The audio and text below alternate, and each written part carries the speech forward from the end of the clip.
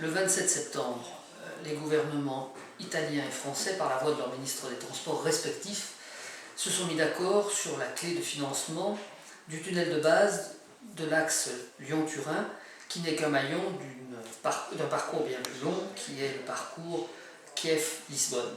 C'est une étape essentielle, décisive, qui nous engage désormais vers la phase de travaux, une phase de travaux qui durera vraisemblablement une dizaine d'années. Beaucoup s'interrogent à partir de chiffres sortis d'ici ou là sur l'intérêt de cette réalisation, et notamment de ce tunnel de 54 km, 57 maintenant, compte tenu de l'allongement italien, sous les Alpes. Parmi les chiffres qui circulent, il y a bien évidemment la diminution importante du trafic marchandises au cours de ces derniers mois.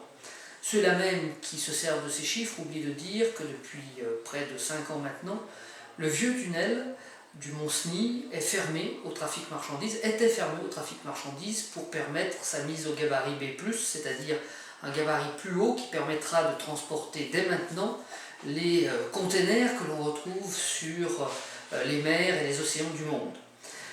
Cet axe nouveau va permettre un véritable désengorgement de nos vallées par rapport au trafic poids lourd, puisqu'il a d'abord une finalité aux yeux de l'Europe de trafic des marchandises.